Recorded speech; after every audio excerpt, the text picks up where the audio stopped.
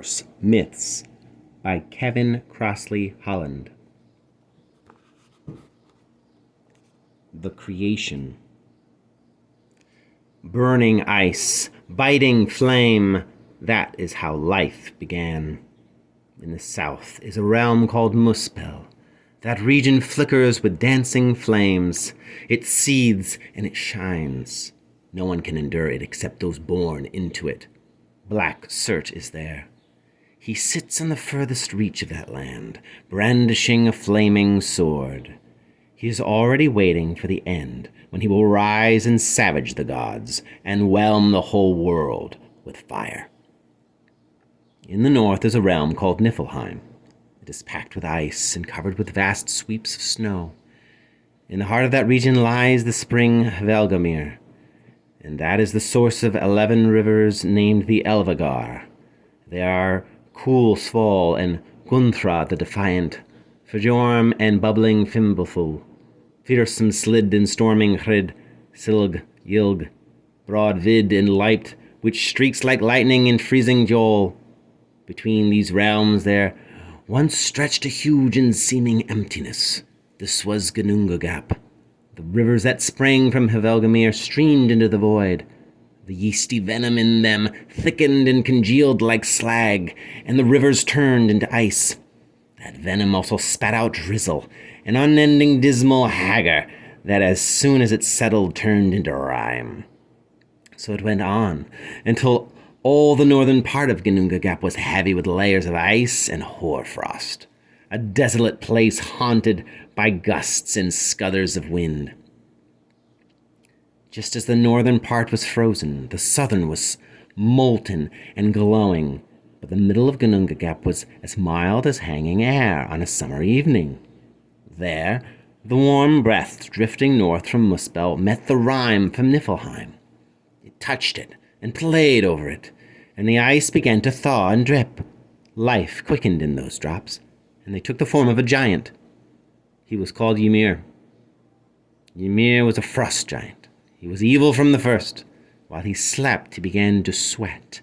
A man and woman grew out of the ooze under his left armpit, and one of his legs fathered a son on the other leg. Ymir was the forefather of all the frost giants, and they called him Orgelmir. As more of the ice in Ginnungagap melted, the fluid took the form of a cow. She was called Audumbla. Ymir fed off the 4 rivers of milk that coursed from her teats, and Audumbla fed off the ice itself. She licked the salty blocks, and by the evening of the first day, a man's hair had come out of the ice. Audumbla licked more, and by the evening of the second day, a man's head had come. Audumbla licked again, and by the evening of the third day, the whole man had come. His name was Buri. Buri was tall and strong and good-looking. In time he had a son called Bor, and Bor married a daughter of Bolthor, one of the frost giants. Her name was Besla, and she mothered 3 children, all of them sons. The first was Odin, the second was Vili, and the third was Ve. All this was in the beginning, before there were waves of sand, the sea's cool waves, waving grass. There was no earth and no heaven above, only Muspel and Niflheim, and between them Ginnungagap. The 3 sons of Bor had no liking for Ymir and the growing gang of unruly, brutal frost giants. As time went on, they grew to hate them. At last they attacked Ymir and killed him. His wounds were like springs. So much blood streamed from them, and so fast that the blood drowned all the frost giants except Belgomir and his wife. They embarked in their boat. It was made out of a hollow tree trunk and rode on the tide of gore. Odin and Vili and Ve hoisted the body of the dead frost giant onto their shoulders and carted it to the middle of Ginnungagap. That is where they made the world from his body. They shaped the earth from Ymir's flesh, and the mountains from his unbroken bones. From his teeth and jaws and the fragments of his shattered bones, they made rocks and boulders and stones. Odin and Vili and Ve used the welter of blood to make landlocked lakes and to make the sea. After they had formed the earth, they laid the rocking ocean in a ring right around it. And it is so wide that most men would dismiss the very idea of crossing it. Then the three brothers raised Ymir's skull and made the sky from it and placed it so that its four corners reached the ends of the earth. They set a dwarf under each corner, and their names are East and West and North and South. Then Odin and Vili and Ve seized on the sparks and glowing embers from Muspel and called them sun and moon and stars. They put them high in Ginnungagap to light heaven above and earth below. In this way the brothers gave each star its proper place. Some were fixed in the sky, others were free to follow the paths appointed for them. The earth was round and lay within the ring of the deep sea. Along the strand, the sons of Bor marked out tracts of land and gave them to the frost giants and the rock giants, and there in Jotunheim the giants settled and remained. They were so hostile that the three brothers built an enclosure further inland around a vast area of the earth. They shaped it around Ymir's eyebrows and called it Midgard. The sun warmed the stones and the earth there, and the ground was green with sprouting leeks. The sons of Bor used Ymir's brains as well. They flung them up into the air and turned them into every kind of cloud. One day Odin and Vili and Ve were striding along the frayed edge of the land, where the earth meets the sea. They came across two fallen trees with their roots ripped out of the ground. One was an ash, the other an elm. Then the sons of Bor raised them and made from them the first man and woman. Odin breathed into them the spirit of life. Vili offered them sharp wits and feeling hearts, and Ve gave them the gifts of hearing and sight. The man was called Ask, and the woman Embla, and they were given Midgard to live in.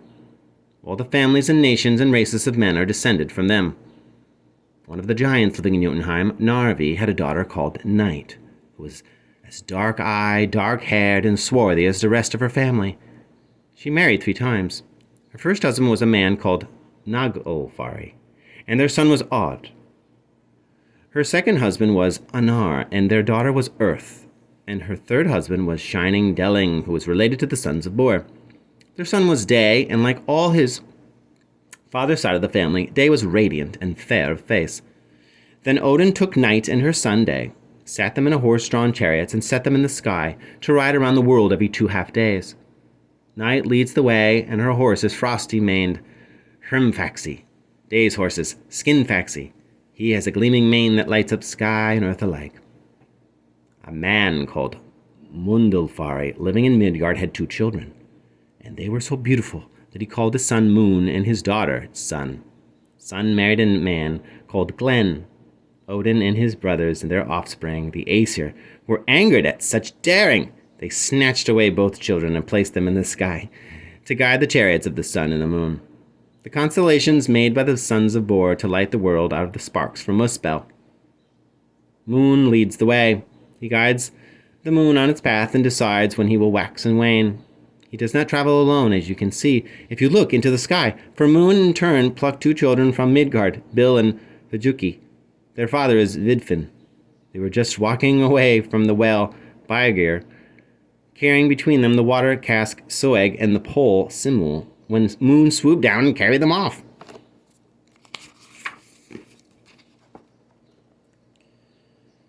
Sun follows behind. One of her horses is called Arvak because he rises so early, and the other Alsvid because he is immensely strong.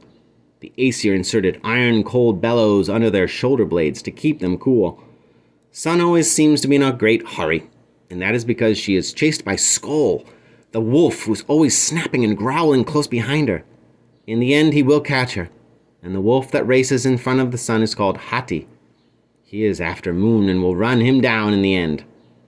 Both wolves are the sons of an aged giantess who lived in Ironwood, east of Midgard. After the sons of Bor had made the first man and woman and set night and day, moon and sun in the sky, they remembered the maggots that had squirmed and swarmed in Ymir's flesh and crawled out over the earth. Then they gave them wits in the shape of men, but they live under the hills and mountains and rocky chambers and grottos and caverns. These men-like maggots are called dwarves. Modsugnir is their leader, and his deputy is Durin. So the earth was fashioned and filled with men and giants and dwarfs, surrounded by the sea and covered by the sky. Then the sons of Bor built their own realm, Asgard, a mighty stronghold, a place of green plains and shining palaces, high over Midgard. The two regions were linked by Bifrost, a flaming rainbow bridge. It was made of 3 colors with magic and great skill. It is wonderfully strong. All the Aesir, the guardians of men, crossed over and settled in Asgard. Odin, Allfather, is the oldest and greatest of them all. There are 12 divine gods and 12 divine goddesses, and a great assembly of other Aesir.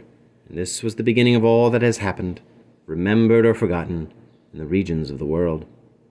And all that has happened in all the regions of the world lie under the branches of the ash, Yggdrasil, greatest and best of trees.